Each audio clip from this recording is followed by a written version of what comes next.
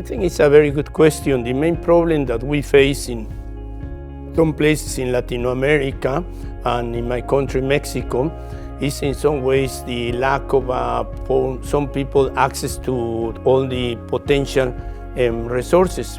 Mexico is a country with over 100 and several millions, and there is a big difference in status economics between them and access to medical care.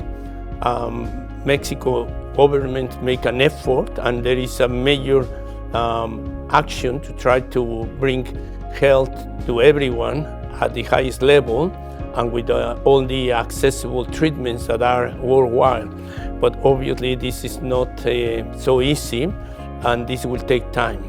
So the way to go to this is obviously, I'm sorry, and I should say before that there are many good clinicians and trainers and institutions in Mexico that are extremely good, extremely efficient in providing medical care, medical assistance.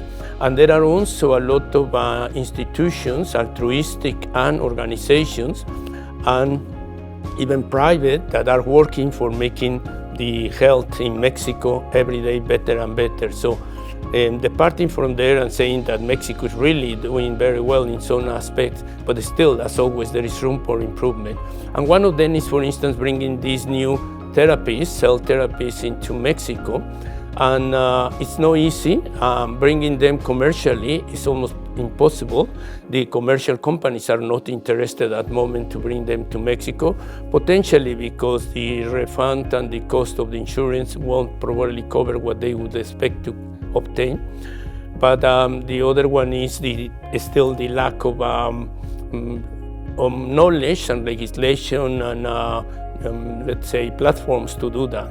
So another way to do this is through international collaborations where we can actually develop these cars or these therapies. In Mexico, there are several centers trying to do this academically and also potentially in a private way. I myself very much involved with an institution called Angeles Interlomas. It's a high center of excellence of medicine.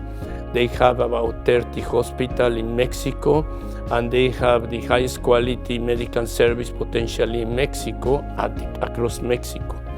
And they also are interested into bringing innovative therapies as CAR T cells. So I am working with them in doing that.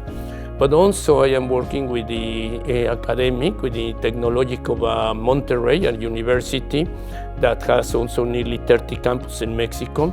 And with them, what we are trying to do is innovating through research, developing new therapies, new platforms that could at one point make Mexico completely independent in producing their own products. Or not independent, but collaborative with other countries. I have been very impressed with what I have seen in this Congress in China. The number of innovative cars, the number of treatment. I mean, when you take into account that China probably do about 40,000 CAR T cells and the rest of the world has done only 40,000, it shows you the potential and also innovative cars. So I think this collaboration international will be critical for achieving this.